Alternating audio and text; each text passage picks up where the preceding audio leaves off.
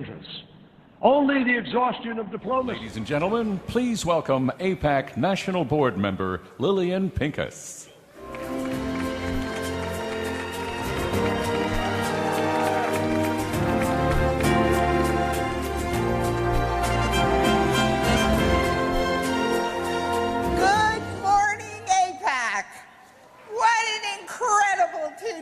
We've had so far, and we have so much more to look forward to today.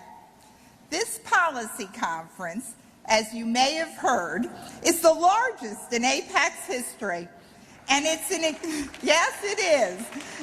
an incredible testament to the size and the scope of American support for the U.S.-Israel relationship.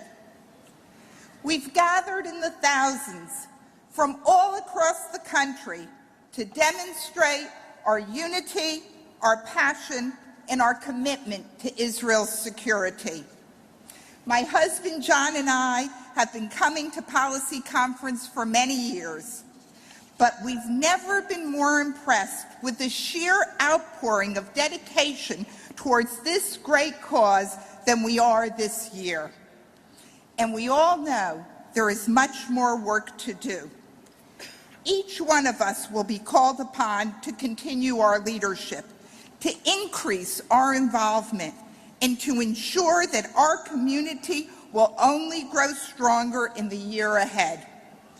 We need to make sure that next year we'll be back in D.C. for an even larger showing of support, for an even larger display of unity, and for an even larger policy conference.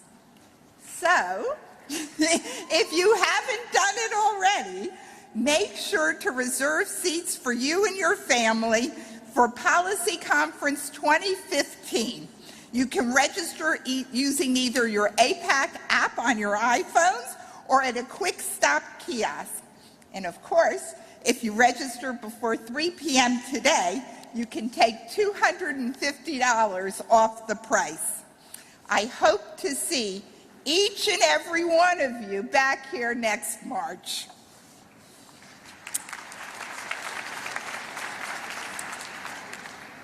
Throughout this conference, we have joined together to celebrate 66 years of friendship between the United States and Israel, with leaders from the United States and Israeli governments, representations from countries around the world, and officials from both state and local governments.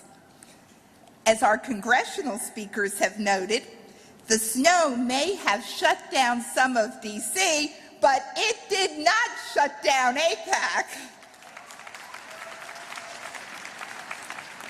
Despite the winter storm that forced the federal government to close, thousands of flights to be canceled, and votes in the Senate to be delayed, we still had remarkable representation from our elected officials. We are honored to have been joined at this year's conference by hundreds of leaders from the executive branch, the Senate, the House of Representatives, leaders of America's diplomatic corps, and candidates for office, as well as leaders from the Knesset and ambassadors from countries throughout the world. Please join me in thanking all of us that braved the cold and the snow to stand with us here at AIPAC.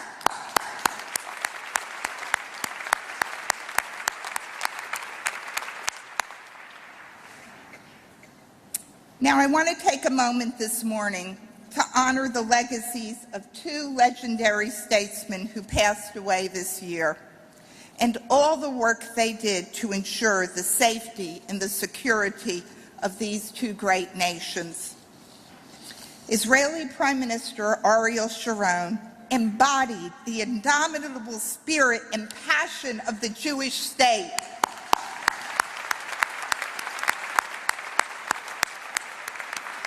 He was an extraordinary military strategist who knew the price of war and was willing to take courageous risks for peace.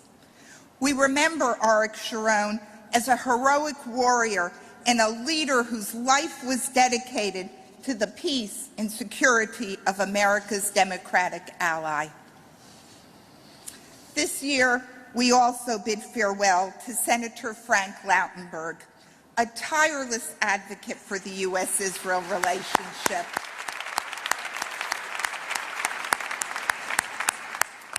He also was someone who strongly advocated for the human rights of Jews and persecuted peoples throughout the world. Senator Lautenberg's leadership will be sorely missed, and although he is no longer with us, his legacy of commitment to the Jewish people will long endure.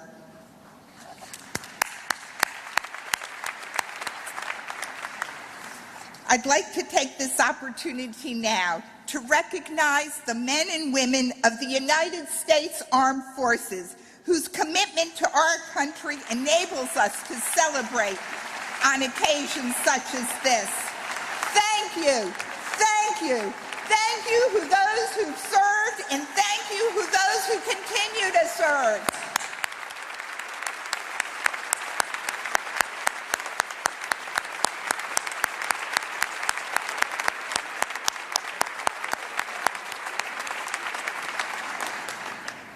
As you can see, together, we have brought a palpable energy to this convention center and to this city. And today, that energy will make its way from the convention center halls to the steps of Capitol Hill. I am excited to announce that later this afternoon, we will hold lobbying meetings at the offices of all 100 senators and every single member of the House of Representatives.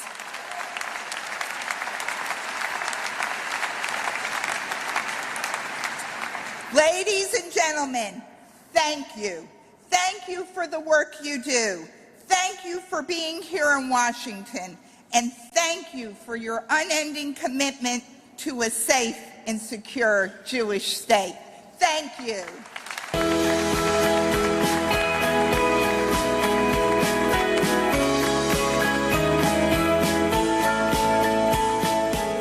Well, I live in the Washington, D.C. metropolitan area, and I can't stand politics. I guess I personally view it as a necessary evil. Sometimes it's really good to get out of your comfort zone and to go and meet people and to build new relationships. Initially, Robin and I had contributed to AIPAC. We quickly learned that it's incredibly important to be active in politics as a pro-Israel advocate. And that involves not only supporting AIPAC as an organization, but supporting candidates and legislators who believe in a strong U.S.-Israel relationship. I've unfortunately had a chronic back problem for 20-plus years. And the way that I've dealt with it is to keep myself in good physical condition, keeping my core strong, keeping active. In March of last year, I was rushed into emergency surgery. I had a rupture of a disc up in my lumbar spine. It rendered me, in essence, paralyzed. The doctors felt that I might never walk again. My friends from AIPAC, when I was in the hospital, called me and said, listen, we just want you to focus on getting better. Don't worry about us and what we're doing. And my feeling was, I am going to work on getting better, but I'm not going to stop thinking about and doing what I can for the U.S.-Israel relationship, because it's not going away. The problems aren't going away because I can't get up and walk. My question is, what if I honestly feel that I've been tremendously blessed by the people in AIPAC who live in this community. They're incredibly dedicated, incredibly talented, and they're wonderful mentors. You really should follow up with a personal phone call. Split up that well, when you pick up the paper, you see that Congress is turning over much more rapidly than it ever has before, and there are many, many, many, many new legislators coming to Washington. And it's our job, and AIPAC's job, to educate them on the importance of the U.S.-Israel relationship and to push it up higher in their pile of to-do list. Well, in order to build a strong relationship, I think it's similar to making your body strong. You have to consistently work at it. You have to build a rapport on a personal level. You have to develop personal connection such that when it's time to really put the pedal to the metal, that connection is there. And that only comes with a lot of hard work in advance. You're lying in bed, not able to move your legs, and really able to sit and think about what's important to you in your life and what you'd like to accomplish with the rest of it if you're giving it back. You know, there's my family, and there are my friends, and there are a handful of things that I care about, and one of them is the continued existence of the state of Israel. And I thought that, if my, forebears could build a country in the desert with no resources, and all the odds against them, surely I could force myself to walk. And after doing that, I thought that, well, maybe I should get much, much more involved in the work of AIPAC, and I think I can make a difference. Ladies and gentlemen, please welcome AIPAC activist Harvey Hannerfeld.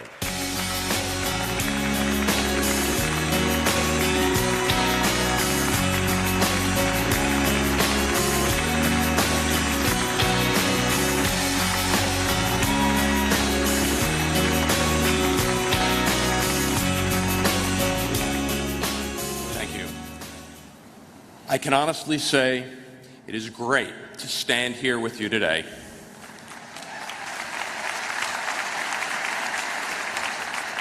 I'm not a great fan of public speaking, so here's the thing.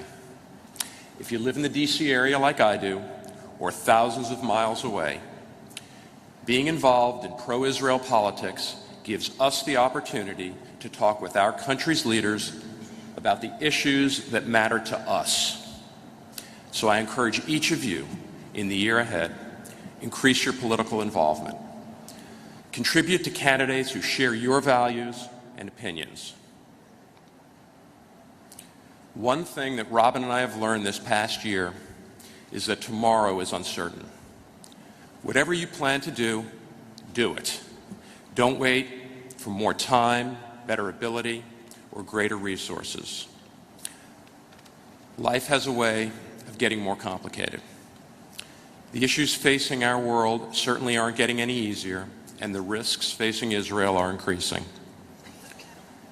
So when we are up on the hill together in just a little while, take a minute, look around, take in the scene, enjoy it, and know that what we do matters.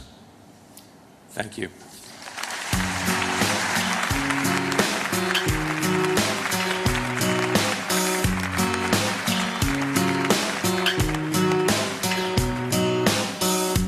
Ladies and gentlemen, please welcome Chairman of the Conference of Presidents of Major American Jewish Organizations, Robert Sugarman.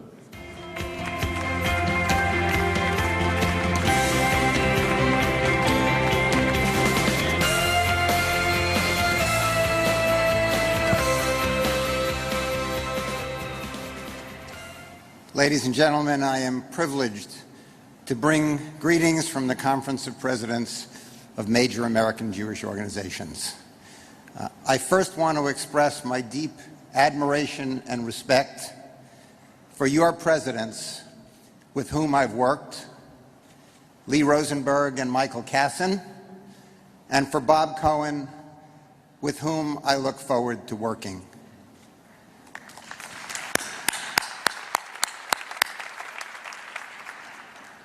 When I was elected last spring, I asked Malcolm Hoenlein, the conference's amazing executive vice chairman, with whom should I consult to better understand the issues that confront the conference. At the top of his list was Howard Corr, and that was good advice.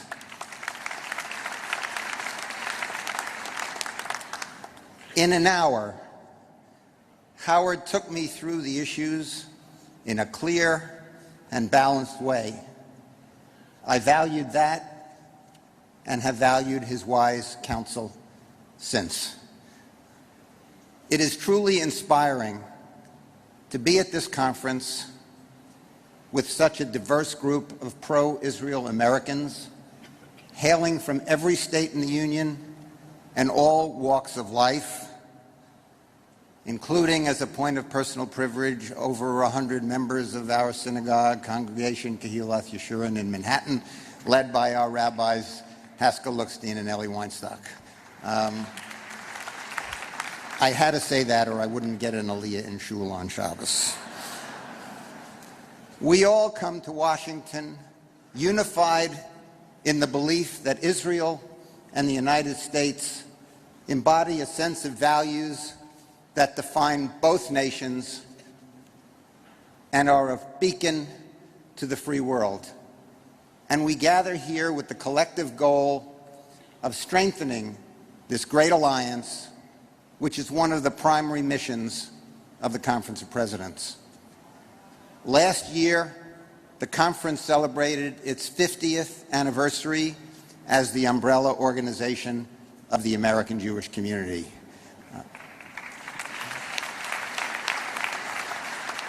We have 50 members representing all religious streams and the whole spectrum of pro-Israel organizations.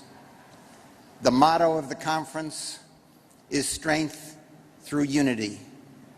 And while some in the conference have different views, we express our disagreements respectfully, and we are unified in our commitment to preserve the state of Israel as a safe and secure Jewish and democratic state.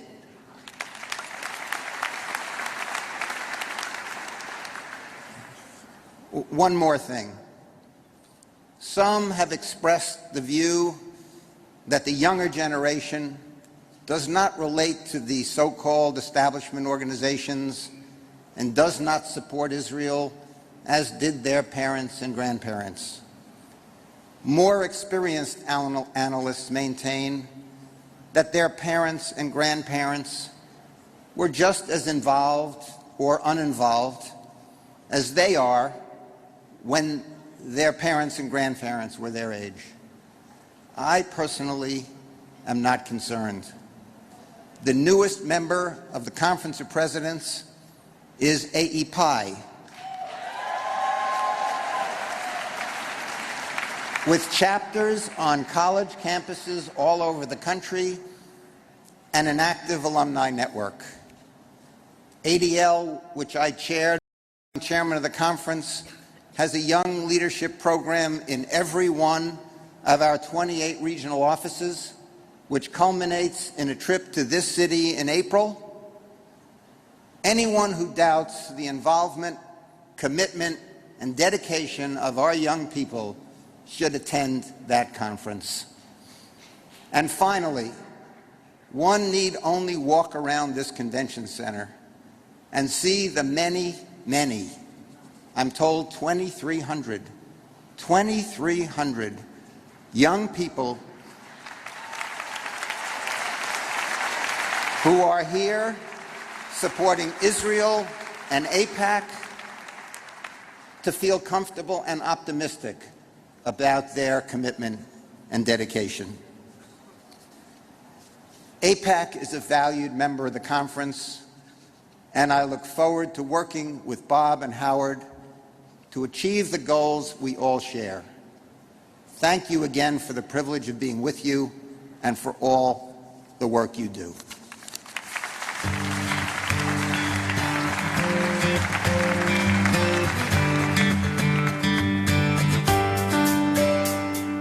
Ladies and gentlemen, please welcome Service Employees International Union Local 87 President Olga Miranda.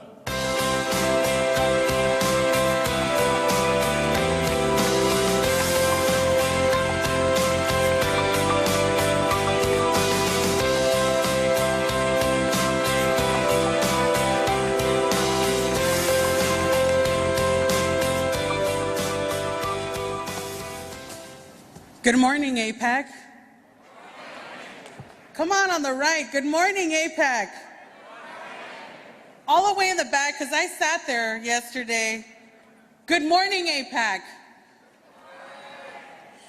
Before I begin, can I please ask everyone to join me in giving a round of applause for all the folks who made this convention possible.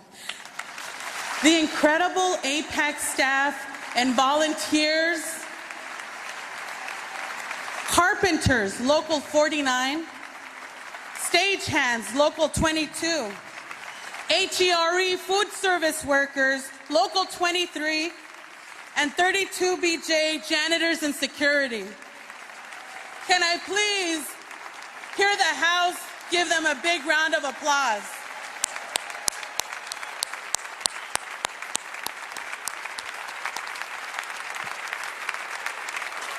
Thank you very much. All right, so now that I've gotten you up, we actually, when we saw the pastor on Saturday night shut the house down in such an incredible way where everybody could feel the synergy that just went through this entire convention room. I said to my colleagues that we've been walking in the convention, attending several of the workshops. Next year, the challenge will be for the Latinos that are attending the convention to bring the mariachi at AIPAC.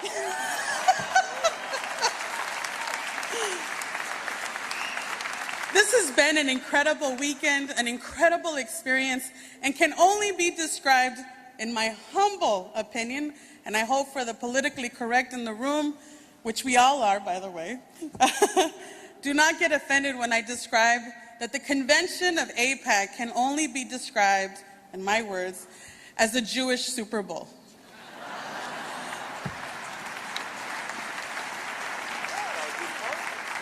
It's been incredible. You see the intergenerations from young to old. I saw uncles. I had the pleasure of sitting with an uncle and his nephew, and that his uncle had brought him, and it was a really beautiful personal story.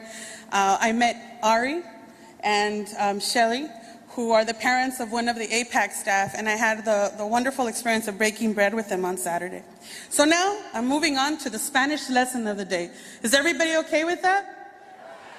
Okay, so you guys are going to be learning two things today, and then you will join me at the very end of my speech in repeating that to see if you guys all got it right.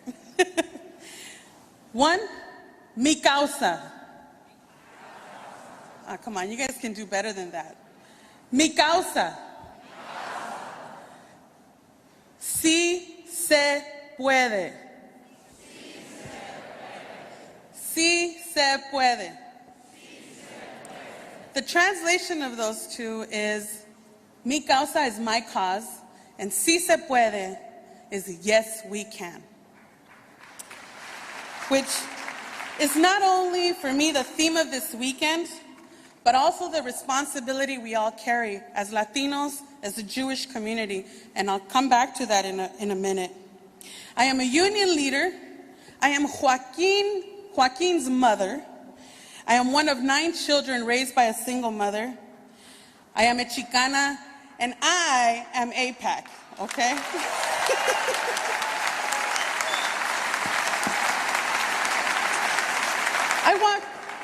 Thank you. I walk picket lines, never walk away from a good fight. I lead rallies, I negotiate fair wages and health care coverage for my members. The workers and families that I represent and the allies we have created, they are all mi causa. Several years ago, if anyone had asked me what I thought about what was happening in the Middle East, I only knew what I saw on TV. But as a Latina, my immediate response was, it's terrible what's happening to the Palestinians. You see, as Latinos, we identify with the narrative of the underdog and the disenfranchised. You can't blame us because that's the experience that we go through, our community goes through on a daily basis, struggling to be able to provide for our families. But when you're raised by a single mother, a Mexican single mother, you acquire in a household of 9 kids certain life skills that will stay with you forever. Forever. For example, never, ever leave your plate unattended. Learn to share when your mother is watching. Take care of each other. And finally, there are always two sides to the story. The media in the United States, however, has not learned the last point, that there are always two sides to a story when it comes to Israel. Thank you. I have to introduce the media to my mother so that they can understand that part.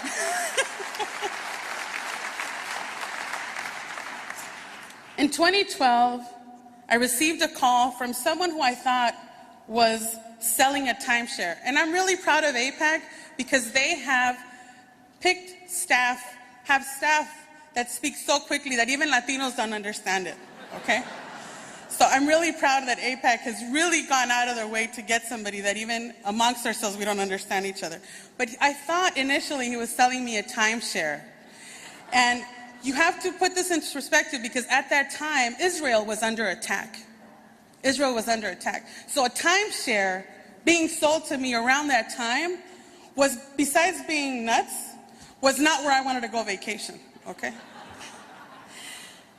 He invited me to travel with AIPAC on the American Israel Education Foundation. And I thank all of you for your support and your commitment to making sure that the AIEF continues to exist. Thank you. When I arrived in Israel, it changed my life, and I was humbled, extremely, extremely humbled. I saw a young man celebrating his bar mitzvah. I heard the calls of the mosques for prayer time, and I heard the church bells. This was not the Israel I had seen on TV. And I'm sorry that when you are wrong about something, it shakes you because you think you're right you have this certain perspective, and it becomes tunnel vision. But when you are proven wrong, not only do you have to be able to take that, you also have an obligation to correct it. And Israel was something I am completely wrong about. Yes, we can. ¿Sí se puede? Build a bridge between our communities, the Latino community and the Jewish community.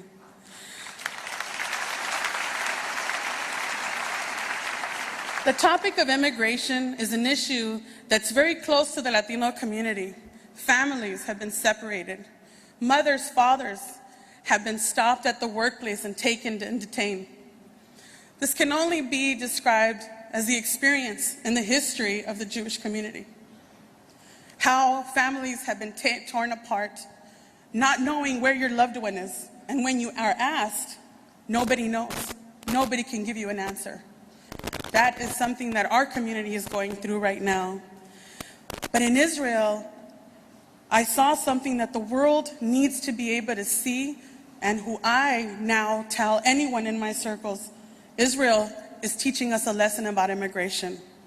In the absorption centers, I saw how Israel was teaching immigrants in a humane and dignified way how to become absorbed and how to be able to be part of the community. They were being treated humanely.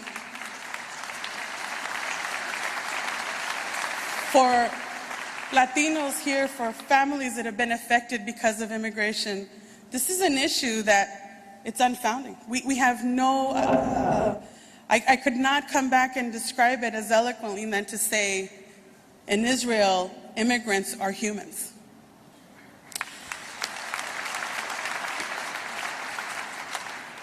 All our community wants is for immigrants to be able to be treated like humans and not criminalized for wanting to provide for their families. And I think that's something that we all share in this room.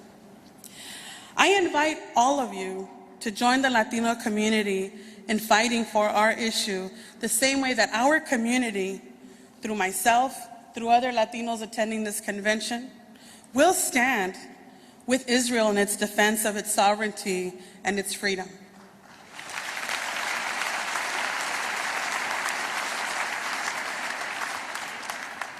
While in Israel, I went to Sderot. I met with families, women, children, husbands, and grandparents that all live under the constant threat of rocket attacks. I grew up in a neighborhood where gunshots is what you heard. And it made me, besides making me very strong and very savvy, I could never fathom the thought of my son having to experience and witness rockets flying over his head. I can only say that for my son Joaquin to be an American and to have the luxury of living in the United States, that I can explain to him that even though we have this luxury to be here and live as Americans, that we also have an obligation to have that commitment, that sense of commitment to Israel as well. And that's something that I intend on passing down to my son. Shortly after coming back home, I came back with a new sense of responsibility and commitment to clarifying the misinformation about Israel. It starts at home. Clarifying the misinformation starts at home. For the students that I met yesterday that are the ones that are speaking up on campus, we need to stand with them. We need to be their backup. We need to be able to help them argue the attack on Israel. This March, I'm saying that it starts at home because this March will be 14 years that I've been married with my husband, Gerardo. And thank you. Out of all the arguments we've gotten into, where the furniture should go, he got the wrong color again. It was the wrong superhero or the Lego set.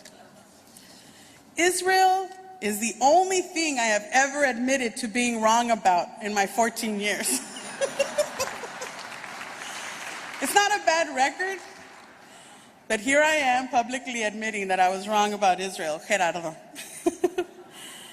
I've been in very heated arguments with colleagues of mine that are in labor, that are out in my community, who disagree about my position on Israel. At the same time, these are the same colleagues that have never been to the Middle East, that have never been to Israel, that have never had a real conversation about the issues, but that still did not stop them from repeating something that, besides being wrong, was also something they knew nothing about. Where I come from, and there's somebody in the back who might beat me. Where I come from, we call that BS. I got you.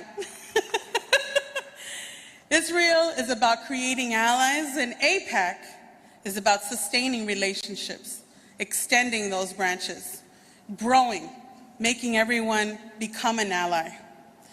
You've helped me appreciate the common core values that we all, Americans, Israelis, Latinos, share.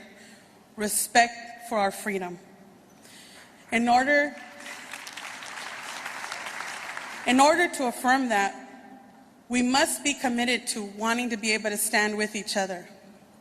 And so today, here I am to say thank you.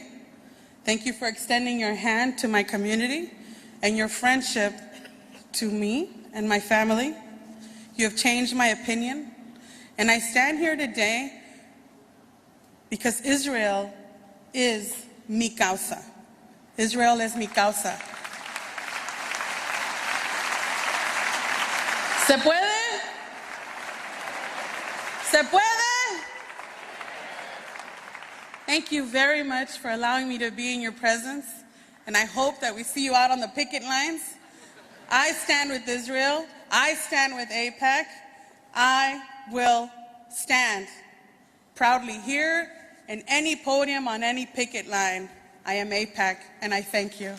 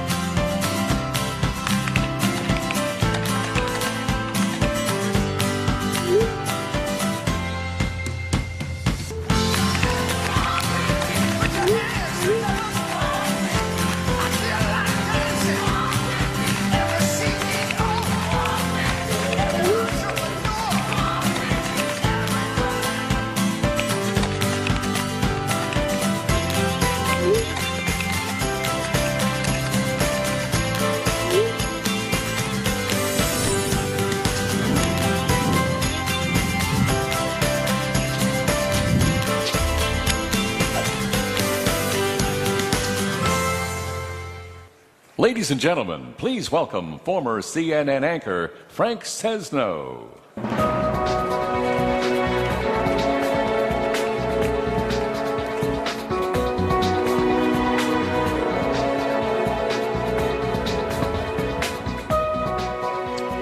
Well, good morning again, everybody. That's a tough act to follow, but I'll do my best. You spent most of the past few days talking about the world, about foreign policy, about the Middle East. Now we're going to ring it in a little bit and swing back home and talk about politics, domestic politics, and what's ahead. So, ladies and gentlemen, let me welcome you to Inside Politics.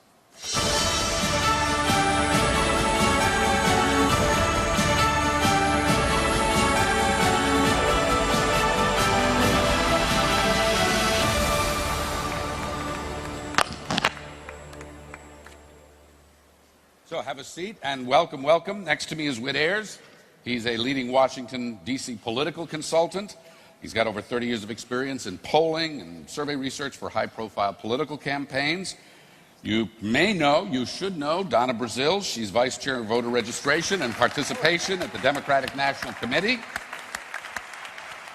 Next guest, Ralph Reed. He was the first executive director of the Christian Coalition, later founded the Faith and Freedom Coalition. And last but never least is my good friend from CNN and politics, Paul Begala. So, folks, let's just jump in here. And we don't have a lot of time, but we got a lot of politics. General political, let's go out 20,000 feet. 2014 is here, midterm elections. 2016 looms. But let's start in this year. We've had budget shutdowns. We've had budget battles. We have the budget today. Where do we stand? Whit, start us off politically this year.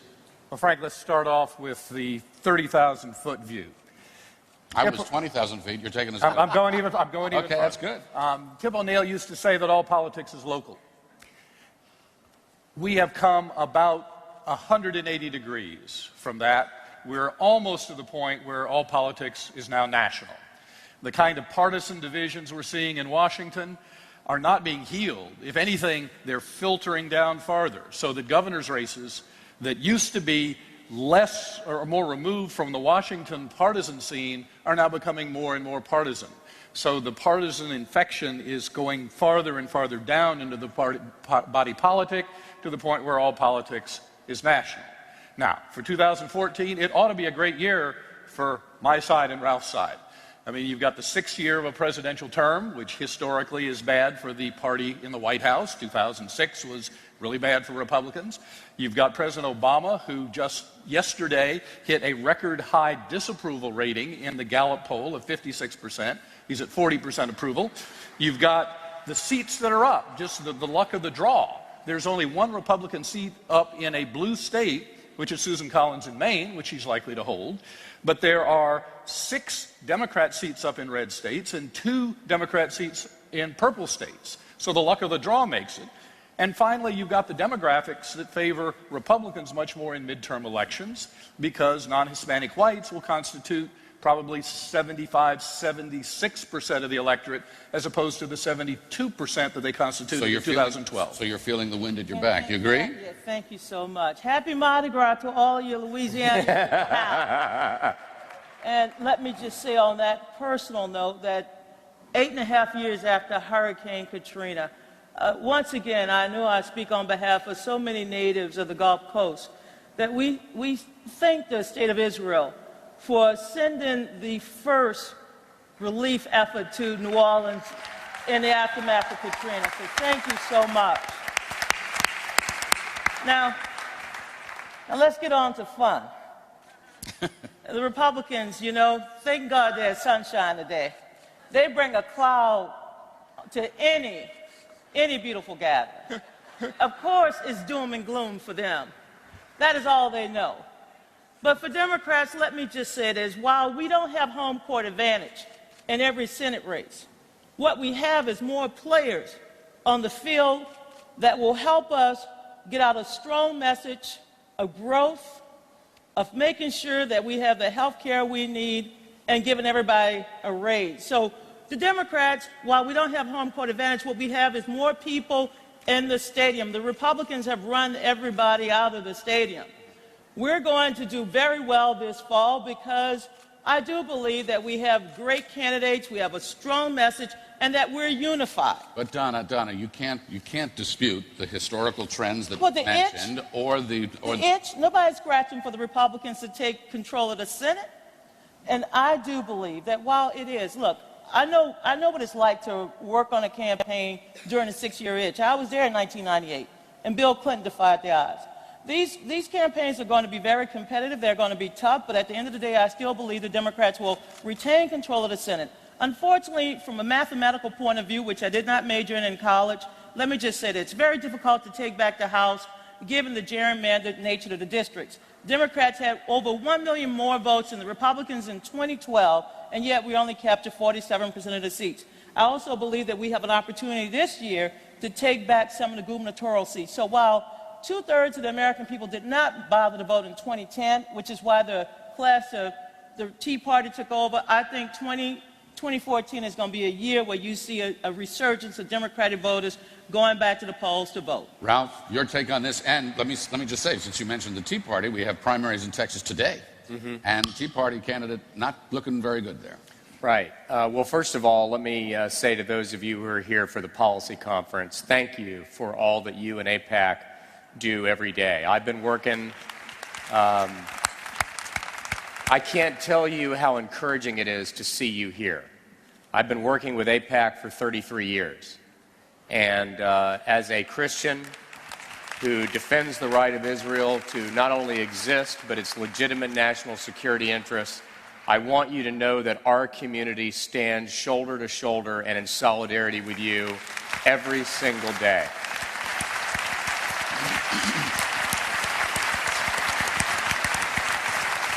And yesterday, when you couldn't get a flight from Atlanta to D.C., I got rebooked, took a train in here because there is no place I would rather be than with you this morning.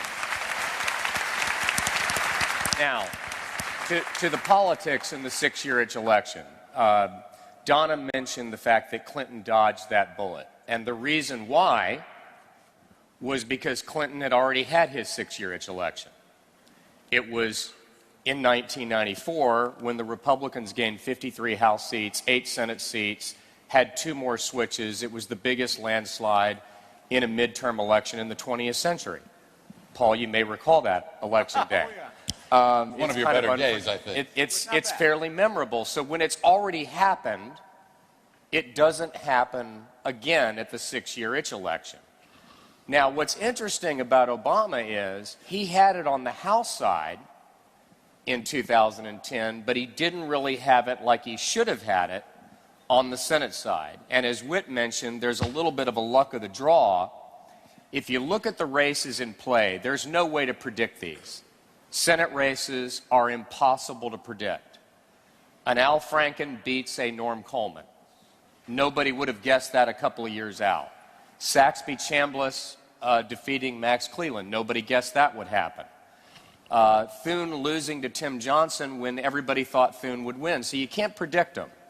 But what you can say is the map looks very good for Republicans, because in addition to the open seat races of Montana, South Dakota, and West Virginia, which look very good, you have 5 of the top Senate races in the country in states where Obama's approval rating ranks among the 10th lowest in the nation, particularly places like Arkansas and Louisiana and North Carolina. So, Ralph, let me finish up here because I want to... Yeah, one last thing.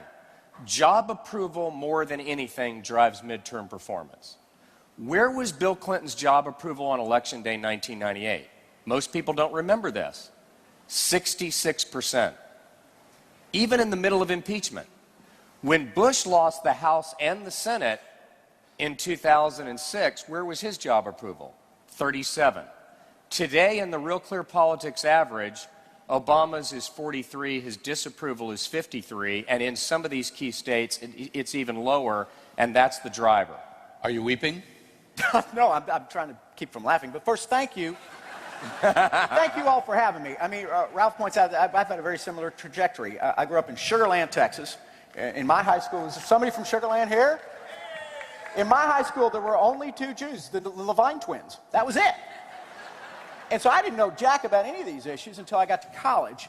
And it was an AIPAC intern, one of my dear friends from college, Greg Goldstein, of blessed memory. Haim Saban, by the way, my friend Haim Saban has sponsored a lecture in Greg's honor.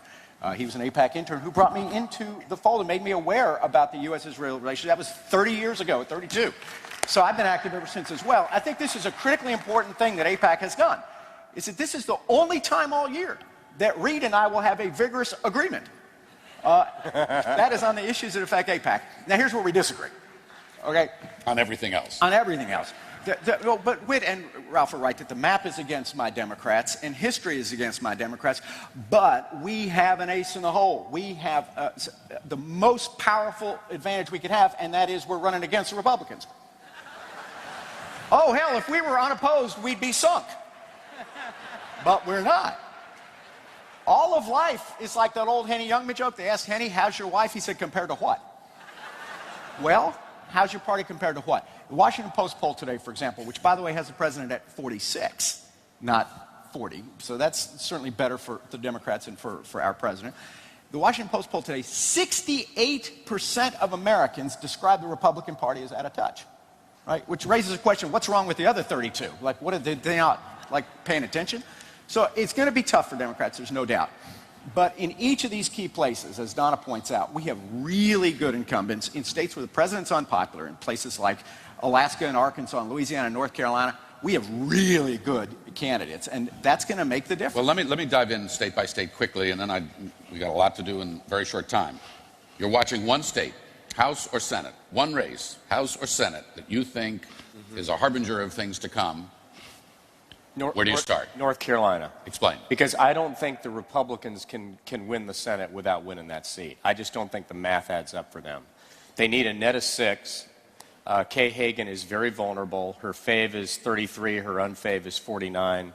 Depending upon what happens on the Republican side of the ball, these are all competitive races, and you can't predict. But if Kay Hagan is reelected, I don't think the Republicans get the Senate. Donna, who are you watching? Well, of course, I'm watching Mary Landrieu. She's a friend. She's been a champion. Louisiana. Louisiana, of course. I was her intern at the age of 17. So what else can I do at 54 but go home? There are 4 seasons, by the way, in Louisiana: shrimp, crab, oysters, and crawfish. So Mary Landrieu. But I also believe that Allison London Grimes in Kentucky, she's one to watch. Michelle Nunn in Georgia, she's one to watch. Kay Hagan is going to win, and I predict that we will see 24, 25 women in the United States Senate in 2015. All right. Folks, we have... On the way to the White House in 2016. Let's go. Yeah. To accommodate the schedule here and all that's going on this stage, I'm told we have to wrap our conversation. So short, sweet, we'll leave everybody wanting more. But we cannot leave without 2016. Is Hillary Clinton inevitable in 2016? If God answers prayers, because I'm wearing my knees out praying. Run, Hillary, run. Who's inevitable on the Republican side? I don't think anybody's inevitable. It's wide open. Everybody's bunched up. It depends on whether or not Christie can recover from the Bridgegate and whether or not Jeb goes. Can Christie recover? Wide open right now. There's no question that it ultimately depends on what comes out, but the candidate that the Republicans will nominate will be a fusion candidate. We need to think George W. Bush in 2000 rather than McCain in 08 or Romney in 12. It's going to be someone who can appeal to the business coalition, to the Tea Party conservatives, to the social conservatives, and to the libertarians and the internationalists. It'll be somebody who's acceptable to all factions. And you're from Louisiana, you know a good party. Who are you going to be? I'm ready for Hillary, but if she doesn't run, I'm ready for Kirsten Gillibrand. I'm ready for Amy Klobuchar. I am ready to put a woman in the White House. That's my view. And who are you anticipating on the Republican side? Who are they going to run against? Knowing the Republicans, they're looking behind, so I believe this is going to be a race that Rick Santorum will try to win. We're just teeing up, we're just teeing up politics here. That's the best we can do. Thanks to the panel. Thanks to all of you. Have a great day. Thank you all very much. Thank you.